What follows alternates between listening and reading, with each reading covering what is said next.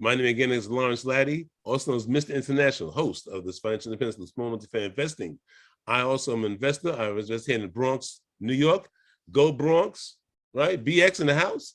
And I have a two-unit, well, I have a two-unit building, but it's turned into 5 units because I have a 3-unit upstairs, 2-unit, and 3 rooms. The 2 of them I use as an Airbnb. I'm also looking to expand and my business. So I'm also looking in the Huntsville area. I'm looking in Norfolk, Virginia, and I'm also looking in the Greensboro, North Carolina area, otherwise known as the Piedmont Triad. So without further ado, I have here with us from Atlanta, by the way of New York City, right? Mark Perlberg. His passion for entrepreneurship and helping people has led them to become a CPA. Mark has a tax practice down in Atlanta.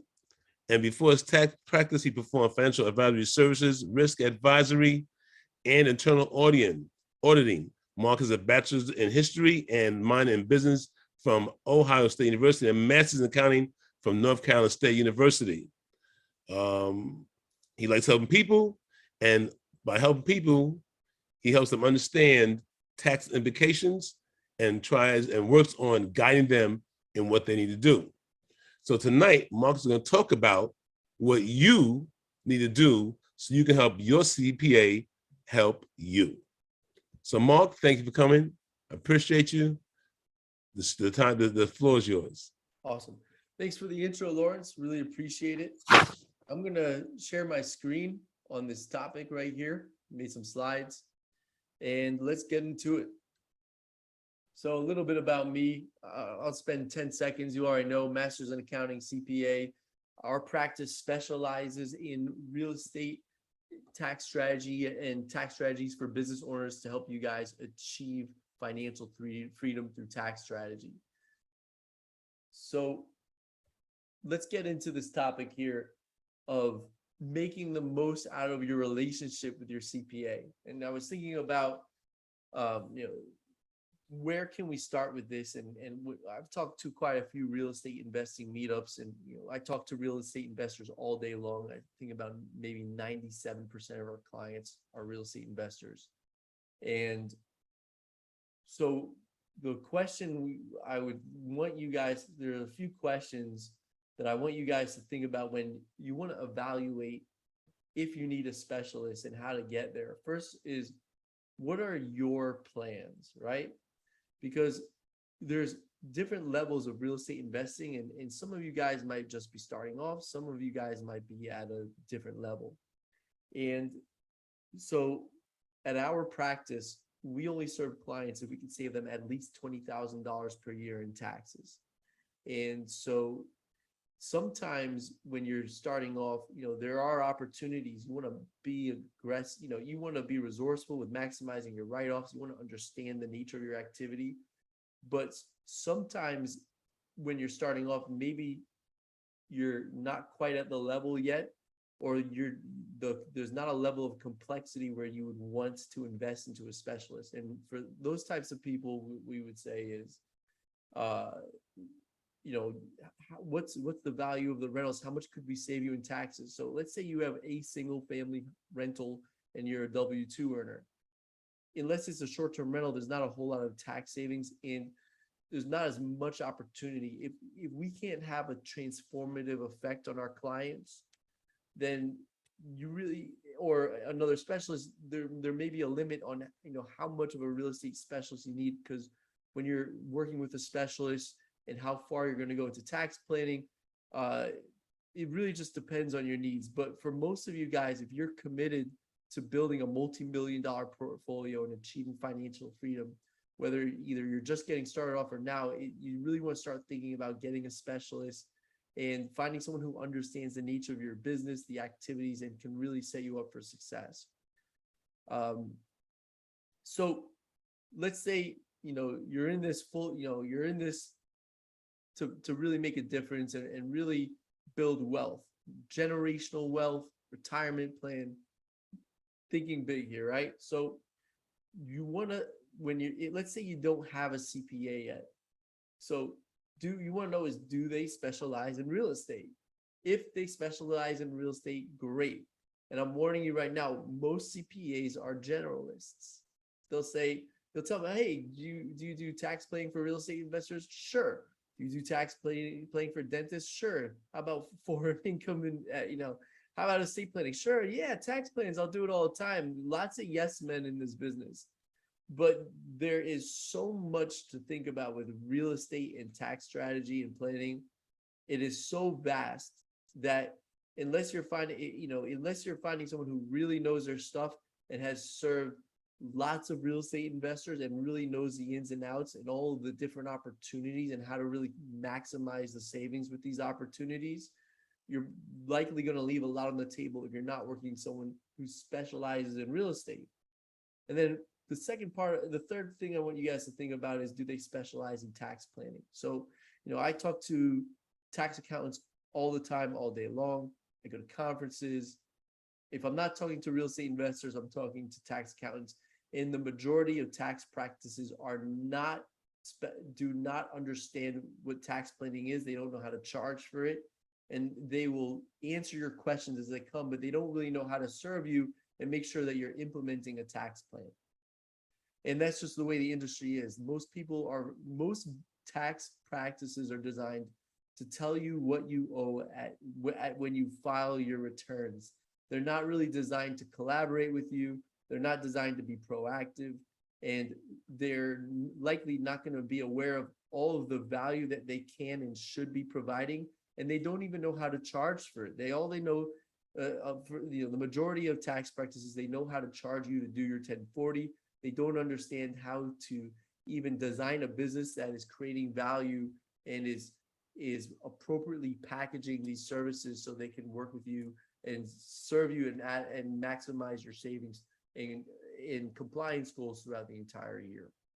So those are the things to think about as you are becoming an entrepreneur.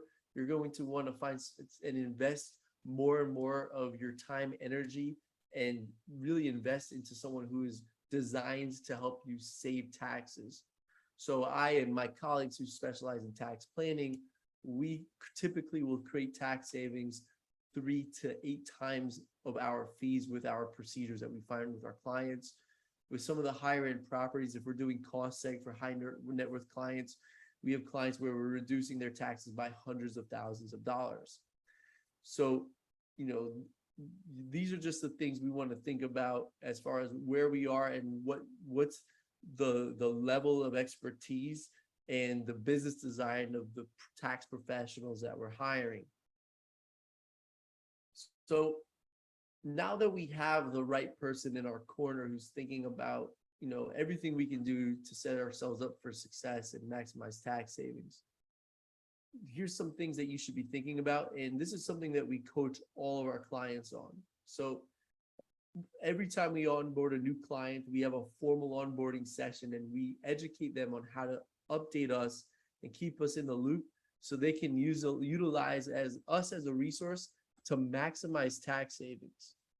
So here are some of the key things that we tell the clients to update us on, and here's why these items are important. So we want to have them update us on real estate sales and purchases. For purchases, it's just, first of all, there may be no initial actions to be required, but we want to be updated on how our clients' portfolios are growing. How is the nature of the business changing? We'll also give them feedback. Okay, that's great. You're buying something for 1.5 million. It's a mobile home park. We're likely going to be able to get a really high percentage of that deductible with the cost segregation study. I know we have some capital gains. Maybe we don't need a 1031 this year. All sorts of variables that are going to coincide with that purchase that will impact our tax. Also, now the real estate sales is incredibly important, extremely important. And why do you think that the sale of these properties are important? Anybody give us a guess? Be the capital gains. Capital gains taxes, exactly, right? And we could talk for months about different ways that we can plan around capital gains, and we would not run out of subject material. So what I suggest that you do is do not be a part-time tax planner. it's a lot of you guys have W-2 jobs or other things you're doing in additional to real estate investing. Don't dabble in tax plan part-time. The bigger pockets, forums are wonderful, but they aren't going to answer your questions. You need someone who's going to look top down at all the activities and sources of income. What's your marginal rate? Where are you headed? What's your plan with your properties to effectively diagnose the proper capital gains plan on these dispositions? Sometimes, believe it or not, you'll find that there are no taxes, even if you sell it at a gain, because we have suspended losses. And what I have found from a lot of our clients who we onboard before they sign up for us is that they will do some self-educating, and they'll enlist an exchange intermediary and do a 1031 exchange on a transaction when there's no capital gains tax. Other times clients completely don't realize that they could have done a 1031, or they sell the property and it's too late to do the 1031. And now this is just 1031 exchanges.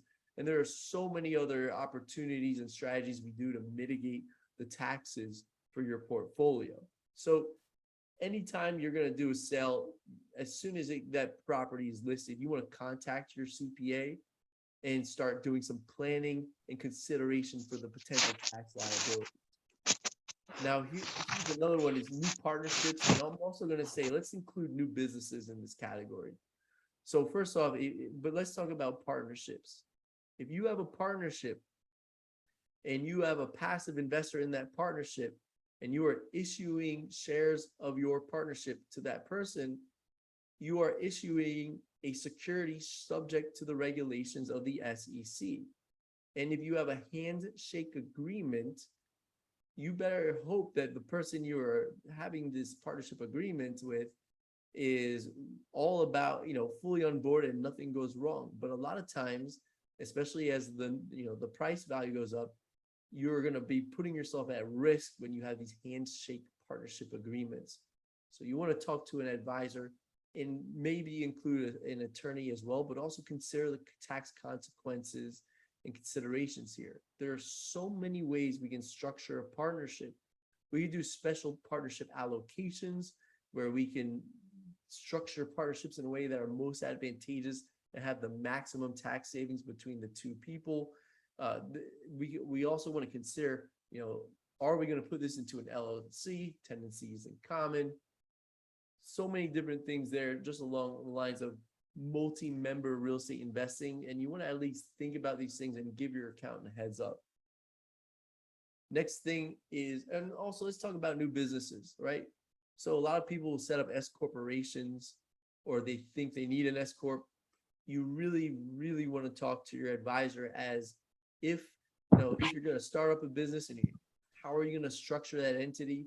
And as you continue to grow that business, you want to consider, is that entity selection appropriate? Because what may have been appropriate in 2021 may not work for you in 2022. Maybe that's because your income has quadrupled, and now we have to do some more advanced entity selection planning. So, and then now let's talk about other things such as change in goals, right? So a lot of clients will tell us one thing, they get, when they start their businesses, and we do some initial consultations, but then they get bit by the entrepreneur bug. And maybe when they originally had a 10-year plan to leave their job, they realize how much they love being an entrepreneur and how much they really, by comparison, realize they don't like their job very much. And now their 10-year goal has turned into a 2-year goal, and now they're planning to do whatever they can to quit their job in 2 years. Lots of planning and advisory and assistance we could do to help our clients make that plan become a reality. Some of the things we do with our clients when they're accelerating their exit plan is we're thinking about how can we pull capital in a tax effective manner. For instance, maybe we can do some strategies to drive you into a $0 cap gains bracket. How can we just strategize the release of maybe some stock portfolio, or maybe net some stock losses against stock gains?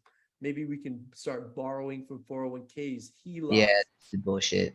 Oh yeah, also all sorts of This is 100% bullshit.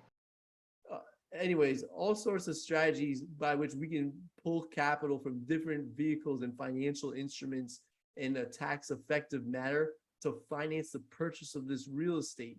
And consider the timing of the purchase of this real estate, what type of cash flow we're going to create, what kind of losses can we create, and how that's going to create tax savings, potentially refunds against the taxes coming out of your W-2.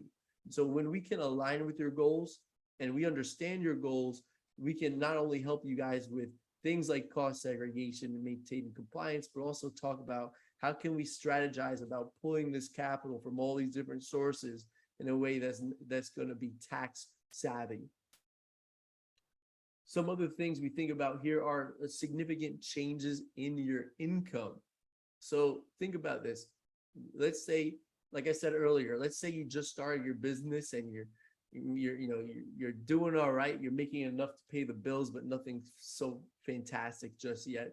And all of a sudden your income quadruples. So maybe we start thinking about turning that LLC into an S corporation. Maybe we start thinking about, we can even partner with our spouse and have the spouse be passive and make some of that income treated as passive to cut your self-employment taxes in half. Some of the things that we're seeing with our clients, we have a client who sold lumber. And as you know, the prices of lumber has skyrocketed and his income grew in proportion to the lumber price growing. So this client is making so much now and he doesn't know, what to do about his tax liability. So we've, for him, our strategies are going to be to create a management company and dump those funds into a pension plan, reduce his taxable income by hundreds of thousands of dollars per year with this strategy. And then the timing of it, because we know he's going to be living on depreciable assets in the future, we'll release those funds as his income tax bracket goes down in the future and reaches retirement. So all these things, and let's say we have a drop in your income, lots of opportunities too. Sometimes the drop in your income, or when you go into a lower tax rate, maybe that's because we're implementing strategies like cost segregation. But sometimes, let's say you lose your job. Let's say you quit your job or you're starting a new business and you're in that startup mode and you're going to be in a low tax bracket. We want to take advantage of you guys being in a high tax bracket with tax planning. We also want to do tax planning when you go into a low tax bracket. When you're in a low tax bracket, some of the many considerations are, how can we shift income into the year when you're at the low tax bracket? So maybe we'll think about doing Roth IRA rollovers. Maybe we'll think about things like doing some dispositions, whether of stock or of real estate. Maybe how can we activate your losses and shift income into this low bracket to really maximize this opportunity when you may be in an uncharacteristically low tax bracket. And then finally, some other things we want to think about are life events. So significant life events, everything that is going to happen to you that is, there are so many of them that are going to create tax planning opportunities and have tax planning implications. So for instance, if you're changing a job, so what's your new income and how is that going to impact the value of your deductions? Now, another thing that people don't think about, when you leave one job and go to the next, it also creates a lot of opportunities and freedom and flexibility over what you do with your retirement accounts. Because it used to be that your employer was telling you what you can and can't do with your 401k. But now that you've left that job, you can do a whole lot more. What can we do with the 401k? We can roll it into a self-directed 401k. We can borrow from it, roll it into a Roth IRA. We can invest in real estate with the self-directed. We can invest in our friends' real estate deals with our self-directed 401k. Or we may just say, heck, I can do better with my money than what the stock market can do. Let's just pay the 10% and take that money and put it into real estate where we can leverage cash, maximize tax, the cash flow here. Or maybe we time these distributions. So these are conversations we have when they change their jobs. Moving to another state, maybe if we're moving to Texas, we can plan shifting income to that zero state tax Texas income. Marriage, if you're thinking about getting married, we have helped clients decide whether or not to get married, believe it or not. So you may have heard that people will ask the bride's father for their blessings to get married, but a lot of our clients ask us for their blessings to get married because we've had instances by just getting married, we've reduced their taxes by I think this year, 2 clients by about $40,000 from the marriage. That'll finance your marriage right there, finance the wedding. But also, if we get married, lots of really cool opportunities. If one spouse has real estate professional tax status, both will benefit. If only one spouse materially participates, they both can combine their hours for material participation. There's so many different things we can think about in variables, and there's even strategies we can do to prolong or to delay the marriage. Where I had an instance where a client was thinking about getting married, and he was converting his primary residence into a rental. I said, wait, before you get married, I have an idea. If you don't, I know you're going to get married next year. So how about this year, before you convert it into a rental? I know you're in business with your fiance, sell the property to your fiance.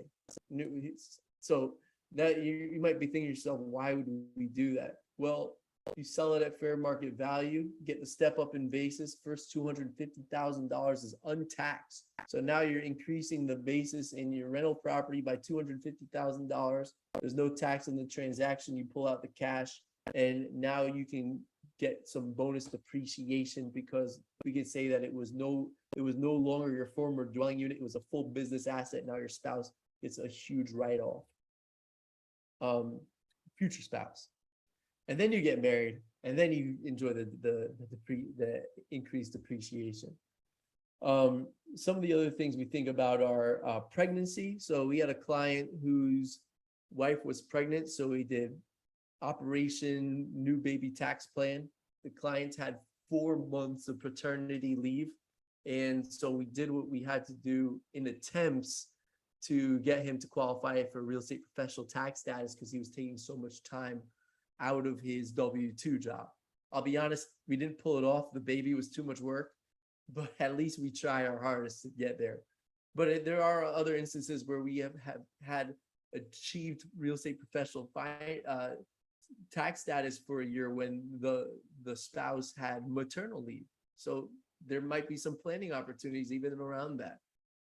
And then health expenses, healthcare expenses, and that's going to be more relevant with our baby boomers. How can we, understanding the tax treatment of your healthcare expenses, potential tax opportunities, lots of different financial vehicles we can do to potentially maximize tax savings when considering your healthcare expenditures. So, that's just at a, those are just some examples at a high level, and I want to leave some time for you guys to do some Q&A. But for some of you guys who maybe haven't had the opportunity to hear someone, hear a presentation on taxes, I want to talk about just at a high level here. Now, there's tons of, you can see my podcast. I have 17 episodes, endless discussions on tax strategies, but the 2 big ticket items that we think about for most clients, and that would most likely be relevant for you guys while we're here, is, we want to understand what can we deduct, right? When you're starting off, what's deductible? And I think that every business owner, and if you are a beginning business owner or beginning real estate investor, you're now a business owner. You want to make sure that you sit down with your advisor and are educated on, first off, what can we deduct? Can we have a home office? Travel, meals, all these items are crucial. And just understanding that is going to build a foundation. In year 1, understand what can you deduct, because you're going to be having deductions for the rest of your life as a business owner and entrepreneur.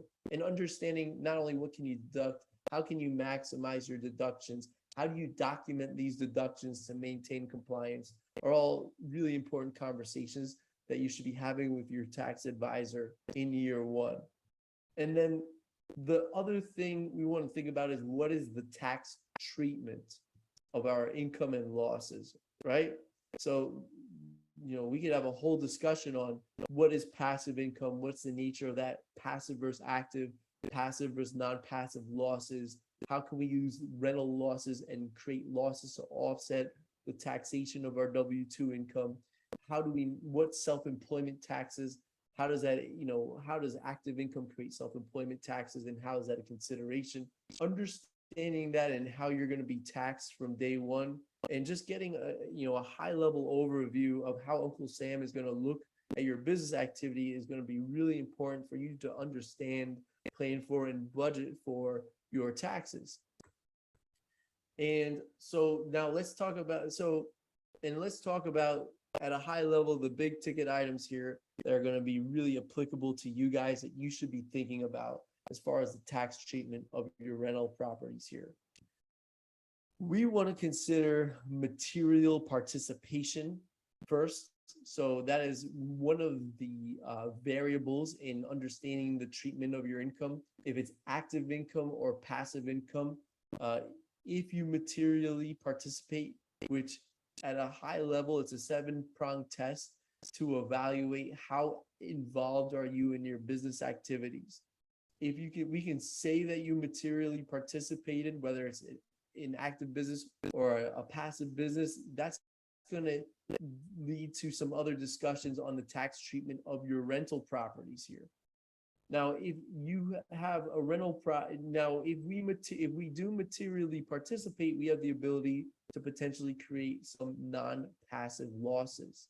Non-passive losses can be used to offset active income, which for you guys would be your commissions from if you're a real estate agent, or your W-2 income, and potentially you can use it to offset your capital gains from your stock portfolios. But the big ticket item here is how can we create savings against your W-2 income for a lot of you guys, or the W-2 income from your spouse who you file jointly with. So if we have non-passive losses here, there are two ways. Well, here there are two ways we can create these non-passive losses. If we have short-term rentals and the average length of stay is 7 days or less, we materially participate, now we can create losses from cash flow positive rentals. Profitable rental properties can operate at a loss and create non-passive losses that will offset the tax liabilities that will reduce your overall taxable income and create refunds against the federal taxes coming out of your paycheck. The second opportunity is real estate professional tax status. So if either you or your spouse has real estate professional tax status, and to achieve that, you have to be full-time in real estate. We have to say more than 50% of your working hours are dedicated to your real estate trader business. We now can create tax losses to offset the federal tax liabilities generated from active income, which would be that of you or your spouse. So in both of these instances, we are going to use what is called cost segregation to accelerate depreciation and create paper losses. We're going to front load the depreciation and the deduction of these buildings that you are purchasing. And we are going to create losses that can be used to offset other sources of income and create can maximize your tax savings. We use cost segregation to reduce our clients' taxes by tens of millions of dollars. So at a high level, we want to really, with a lot of our clients, we really want to hone in on these topics right here at a base level. And then once we create these tax savings, we can do all others, take advantage of all other sorts of opportunities for real estate investing. So, and then this is the last topic before we go into Q&A, but I want you guys to think about some year-end tax planning opportunities. And we're doing Q4 tax planning for all of our clients. So you want to talk to your accountant as you approach year end on what kind of savings can you create, how can you when we look back at our year and our projection towards the end of the year, what kind of actions can we take to maximize tax savings? Some of these things are going to include income shifting. So your advisor will be working with you and considering, do we want to recognize income now? Do we want to shift income into this year if we're in a low bracket? Or do we want to push income into a later year? Let's say we're in a really high bracket. We want to push that income out. So maybe we wait on certain dispositions. We wait on the sale of certain flips, or maybe we put more money into a retirement account to defer the taxes. So, you want to have someone who can look at your full financial picture and look at, your stock portfolio, your rental portfolio, you and your spouse's income, your businesses, and say, okay, what can we do to maybe move some of this income to us, away from us, to now, to the future, maybe hire our children, put the kids in the business. You want to have an advisor who can look at all these different strategies. Maybe your advisor can help you out with understanding how to maximize paying your children, putting your kid in the business, and how to document that, how to do that compliantly. Capital gains planning, again, I already mentioned that. That is there are just so many variables to consider. So here's the thing we want to think about before that year ends. Do we want to consider our capital gains throughout the year and do some planning around that? Maybe there are some year-end activities, maybe roll funds into a qualified opportunity zone. The stock market has dropped. Maybe we can free up some losses from our stock portfolio to offset real estate capital gains. Maybe we have losses from our stock portfolio and we want to activate those losses by generating capital gains from our real estate, because we know maybe we don't want to use this real estate. We know the prices are inflated. Really understanding all our potential areas for cap gains here, and maybe some year-end activities that'll really most effectively set you up for success, not only now, but in the future, and create future tax savings.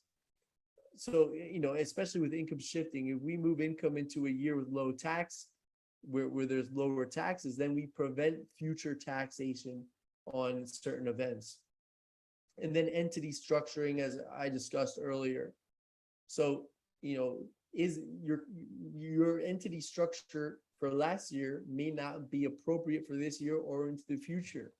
Maybe we start thinking about doing things like S Corps, C Corp management companies. Maybe we start thinking about creating a structure that's going to improve your asset protection. Or maybe if we're into a higher bracket, maybe we start thinking about more advanced vehicles such as captive insurance companies. So these are all the things we want to think about as we approach year end and before the books close. So we know that at the end of the year, we've collaborated with our advisor to do everything we can to maximize tax savings. And also we should be communicating with our clients throughout the year on what can we be doing to document not just our write-offs, but also the tax elections they're going to make on your behalf. In particular, material participation, keeping a time log. Are we going to qualify for material participation? What kind of activities do we have to do to reach material participation? So these are all things that we want to consider throughout the year, and then in Q4 to look back on the year and make some year-end decisions, and then maybe some decisions that'll create some success and tax savings for the following year. So I hope I didn't overwhelm you guys with tax jargon. So that's all I wanted to leave some time for Q&A. And if you guys want to learn anything, if you want to learn anything else or just want to connect, you can email me at info@markperlbergcpa.com. Even if you're not ready to take on a new account, we do free webinars. We try to do them twice a month. You'll send an invite. You'll receive an invite to all our webinars. You will also be notified of, even if you can't attend, you'll know what we're talking about. You'll be on our newsletters. We always talk about tax planning topics, real estate investing topics, and all of our live webinars are recorded and posted to our podcast, the Mark Perlberg CPA podcast. You can subscribe. They're also saved and uploaded to our YouTube page. You can follow me on LinkedIn. I try to post a video per workday on LinkedIn. My Instagram was hacked and disabled, but hopefully it'll be back. It's under Mark Perlberg CPA. Hopefully I'll have that back next week. And again, just if you find me on any of these mediums, I try to post regularly and give some quick tips on any of these topics that will be relevant to you guys as entrepreneurs, business owners, and real estate investors. Thank you, Mark. Thank you, Mark, for a wonderful presentation. Before I go, I'm going to ask a question, right? Okay, I'll tell you what, you know what? Guests are always first. So Mark, I'm gonna ask you, can you please stop sharing the screen? Yep. Thank you. So I was about to answer the question, but I see guests to have the hand up first. So Kenneth Hines, go ahead, Kenneth. First, thanks. Great information. I know CPA works sometimes dry, but you made it very interactive. My question is, I know that the bonus depreciation, or I've been told, goes away this year, and you listen to the media that 1031 might be in the chopping block. What specific, what things do we need to think about this year that may not be available in the years to come that we may drive us to action? As far as we have a small multifamily doing the bonus depreciation this year versus next year, or if we're on the fence of selling, maybe get the 1031 in before possible changes in the future. Do you think of anything specific, or what would your recommendations be? Yeah, absolutely. So these are conversations we have with our clients. Now, there was talk of them getting rid of the 1031 exchange, but it fell when it is no longer in any of the proposed legislation. So we're not too much worried about losing the 1031, but let's talk about bonus depreciation. So bonus depreciation will be phasing out as of right now. Bonus depreciation comes and goes and changes, but as of right now, the plan is that this is our last year where we get 100% bonus depreciation. Next year is going to be 80%, and then 60, then 40, then 20, and then 0. That's the plan right now. So this is really the last year where we can really maximize that bonus depreciation. So when we're talking to our clients, there's lots of planning around this. So if a client is thinking, we know we're going to get better bang for our buck on a cost seg this year than next year because we get that 100% bonus depreciation. Also, if we are going to get this 100% bonus depreciation, and we know that it's going to get harder and harder to create tax losses from our rentals because we're front loading our depreciation this year, and we're not going to get that depreciation in the future for those properties. And also, we're not going to be able to get that 100% in the future. We know that this is a year, and these next couple of years, or the last years, we really get to maximize our deductions from these cost segs and bonus depreciation, or putting vehicles in the business. So if we have other types of deferred or future sources of income, let's shift them into the years where we have that low bracket. Maybe this is the year where we start thinking about doing some Roth IRA rollovers, maybe dispose of some stocks, maybe think about if we have some other items where we can plan around that income, we'll shift the income in this year. Or maybe if we're thinking about some big expense items, we'll shift those expense items into the years where we're less likely to see the benefits of bonus depreciation.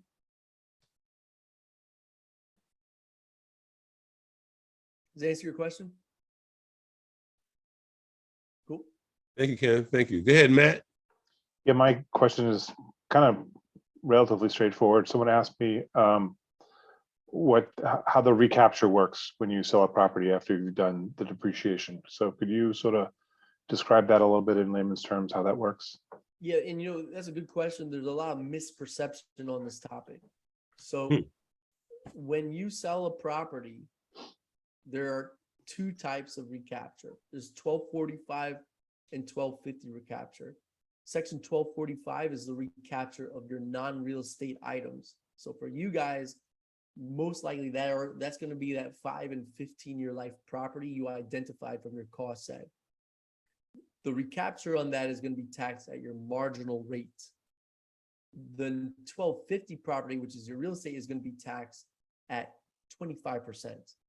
Now, here's what we want to think about. Even if we want to defer, we can defer depreciation recapture with the 1031 exchange, but we can only defer the recapture of that 1250 real estate. So what people don't realize is you're going to have to recapture those losses from the cost segregation study, that bonus depreciation, and recapture is going to be taxed at your marginal rate. Can you do an asset disposition to avoid that? Yes. So there are some strategies here. So what you can, the two major things that we want to think about, if you have a large enough asset, we can do what's called a partial asset disposition. So let's say that let's say you bought this property 6 years ago, and just to keep things simple, let's say we evaluated that this refrigerator was worth $1,200 at the time of purchase. Well, when you sell that property, that refrigerator probably isn't worth $1,200 anymore. So instead of recapturing the full $1,200 on that refrigerator, maybe the recapture would be $400. Now, obviously, we would do that over more than just a $1,200 item, but just as an example here, where we would say that the fair market value of the items that we're disposing is not at the amount that we deducted, so the recapture would be less. It's not as though we're recapturing the full value that we deducted, because some of it, the value has diminished over time. So just a real stupid question. You're recapturing value that you depreciated and you're adding it to your basis? So it really doesn't have, it's not so much of a basis question here. So when you do a cost seg, the basis, the 5 and 15-year life property has its own basis that is separated from the real estate. Mm-hmm. So, let's say we have 10,000, let's say we have $1 million of 5-year life property here. Now, we may find that when we calculate the depreciation recapture, that the purchaser is really only purchased the purchase that we would allocate to that 5-year life property is only maybe let's say it's $500,000. So we would only have $500,000 of recapture that is assigned to that property, and the rest we would allocate potentially to your 1250 property and would be treated as ordinary capital gains.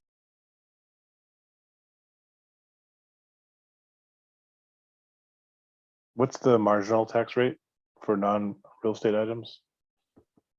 So that's the thing. It depends on your federal marginal tax bracket. Oh, so it's income. Okay, your income rate. Now, when we think as a planning opportunity, if it's a large enough asset, we can consider a partial asset disposition. But what we do with a lot of our clients is we just do future cost segs, and our clients are generally rolling their funds into and buying and leveraging into bigger and bigger properties. So when we do a cost seg on the new purchase, we can create enough losses to offset the depreciation recapture on those items.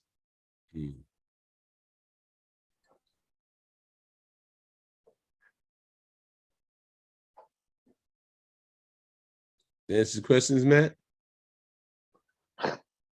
Kind of. Probably opened up a new Pandora's box, huh, Matt? Yeah, I gotta. It's okay. Imagine Thank you. you have $100,000 of depreciation recapture that is non-real estate, and it's taxed at your marginal rate. Let's say you and your wife have a marginal tax rate of 20%. If nothing happens, that would be taxed roughly at whatever your tax bracket is as ordinary income, at that ordinary income tax bracket. But then let's say you buy, so the strategy hopefully would be that let's say you buy another property, and it's a large enough property where we can create enough bonus depreciation, that depreciation would flow through and offset the recapture on that $100,000. Yeah, I understand how we're talking about how it's treated depending on what kind of property it is. But when you actually, so what does it actually mean to recapture the value? What are you recapturing? Forget the tax implications of it. Absolutely. So recapture means it's almost as though you're undoing the write-off. So the recapture is, you're pretty much saying that this write-off is almost reversed, and you're going to recapture it up to the value that you depreciated it at. Okay, so if you depreciated something at $100,000, you recapture $100,000 back. Here's a good example. Okay. A simplified example. Let's say we write off our car. We bought a car for $50,000, write off for bonus depreciation. The basis in the car is $0. But then we trade in the car 5 years later for $25,000. The basis on our books for that car is $0, fully depreciated. But when we sell it for $25,000, we have to recapture the depreciation in that asset because we have a $0 basis is fully depreciated. we recapture that depreciation to the $25,000, and we Okay. have $25,000 of depreciation recapture tax. Okay, That's taxed at your marginal rate. Correct. And marginal rate means whatever your personal Tax bracket. income tax bracket Federal and state. is not going to be at capital gains, short-term and long-term. Yeah, you're not going to get the favorable capital gains tax, long-term capital gains tax bracket for that. So Mark, help me to understand this, right? Because everyone is pushing the narrative that, oh, hurry up and get into a deal this year because the 100% depreciation is there. Why does it matter, right? Because it's just gonna come and smack me in the ass 4 years, 5 years later when they do the recapture. Am I not in a better position if I just wait for that asset to be disposed and go with whatever the cost segregation schedule is calling for? So here's my thoughts. I wouldn't rush into a deal just because we're at 100% bonus depreciation and it's going down to 80, because 80% is still pretty good, right? And Yeah. we're not just in the business to reduce our taxes. It's got a cash flow. It's got to make money. It's got to be a sound financial and business decision. So I wouldn't rush into a deal for that reason. But let's take off our business analysis hat and just look at this from a tax perspective. Even though, let's say, let's say that you're going to sell it down the road and all those losses are going to be recaptured in the form of depreciation recapture or whatever. If we have 5 years, let's say we create tax savings now, if we have 5 years to reinvest our tax savings, it's going to give us the ability to acquire more assets, and those assets can potentially create tax savings. So, it's just like taking a loan. So if I can buy a property now and create $100,000 of tax savings, I can leverage that $100,000 into a down payment into another property, and I can do a cost segregation study with that property and create more tax savings. And now I have an additional asset that is cash flowing. So let's say I will have some tax liabilities down the road when we have capital gains tax. Well, I'll be able to draw from the equity and the cash flow from all the other vehicles that I've used to take advantage of this tax savings. Now, if you're going to use your tax savings to buy a Lambo and a fur coat, then maybe that isn't a great idea, because then you'll just get hit in the head later on when Uncle Sam comes knocking on your door. Mhm. Well, can I ask you, it's related to cost segregation, depreciation, and amortization, but what are the consequences when you're using a self-directed IRA and you have to contend with UDFI?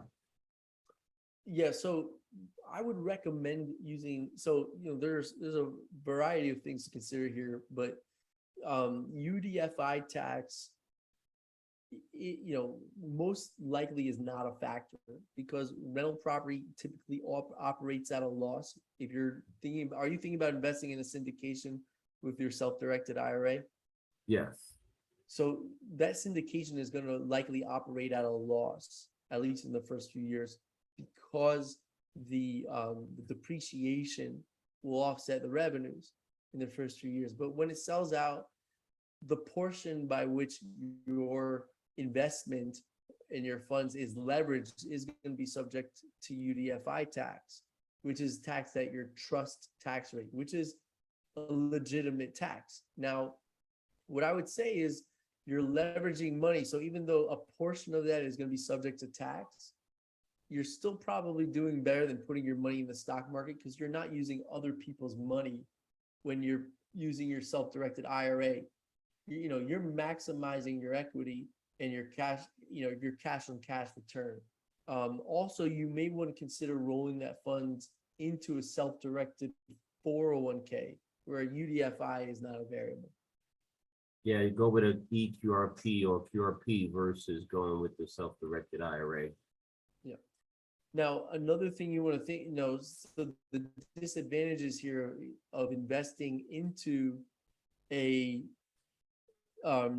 these types of vehicles with your retirement accounts is the losses will never flow through to you. So you're going to create these deductions and they stay in the retirement account, they're not going to roll onto your 1040. No, you're right. And then that like subsequently goes into, do I want to take the deduction against my non-passive income when it's going to just complicate my tax situation in future years? But you're saying today a dollar is better today than a dollar tomorrow, because you can put that money to work in some kind of investment and generate some types of returns, and you'll deal with the tax consequences later. With the rate of inflation, I would say a dollar today is more valuable than a dollar 6 hours from now. Absolutely. No, thank you very much. I appreciate your time. Thank you for the Absolutely. question, Lee. Margaret. Hey, Margaret. Go ahead. Hey there. So my question is, because I am right now looking for a new accountant, I was using somebody here in town who's not, like you said, she's a generalist, so she's not real estate specific. So in talking to some people, and I might even call you after this, you know, you're in the Southeast, you're not in Wisconsin. How much time do you actually spend doing, you know, tax work? Do you have people who work for you? What are the pros and cons between finding somebody in your own neighborhood that you can talk to easily versus somebody like you who's nationally based, but not necessarily to my local market? Right. So, you know, I only have a handful of clients who actually live in Atlanta.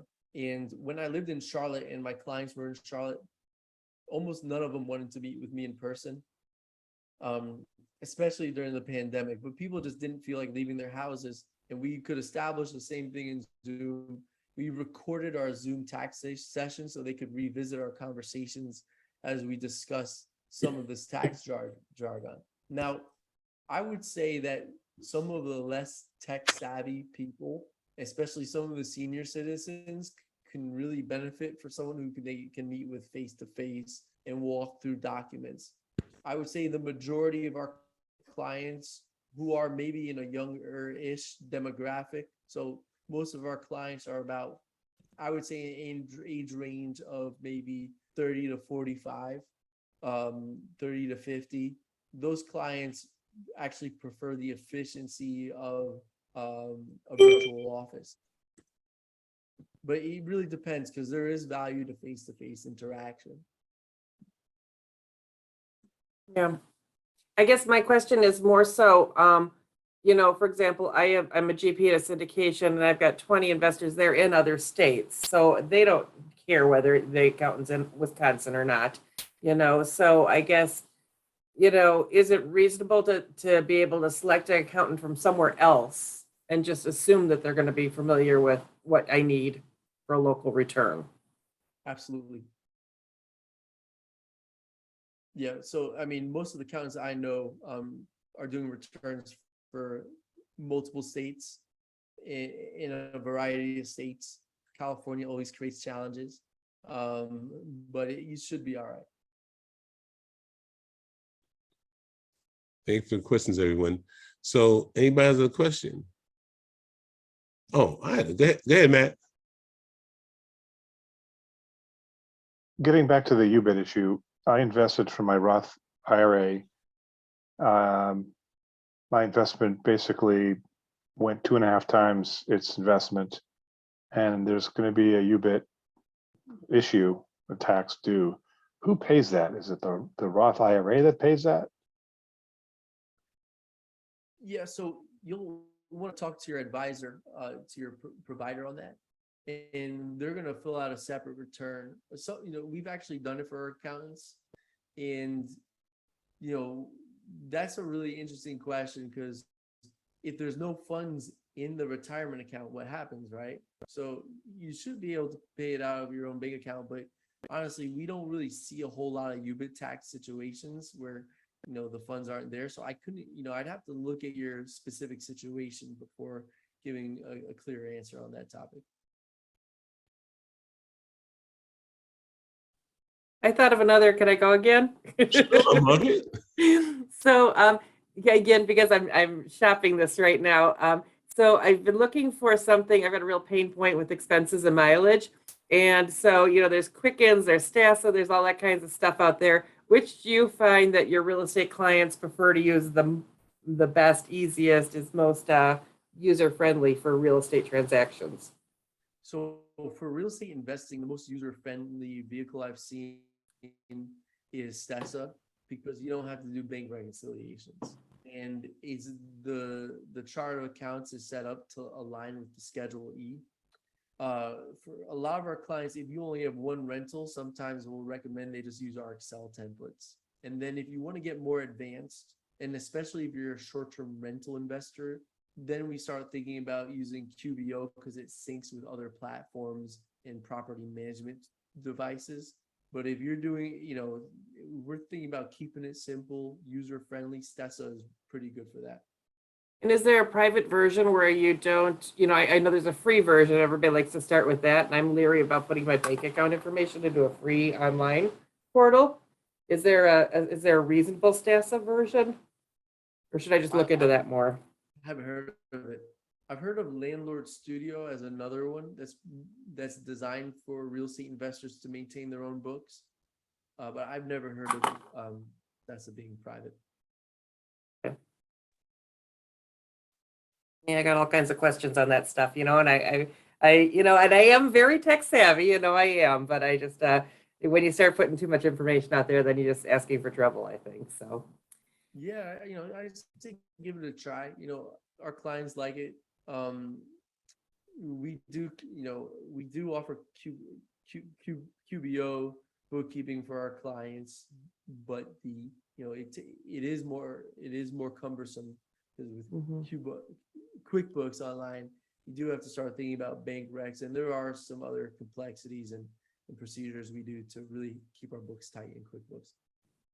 Yeah, I've seen on my bank account it says do you want to export to QuickBooks, but I've never seen that, for a Stassa option. And I do get rent checks in by Zelle. I mean, I do try to automate as much as possible. So we'll see. I'll have to pick up one of these. I'll probably be calling you the next couple of days. There's no about here on financial independence through small multifamily investing, networking, right?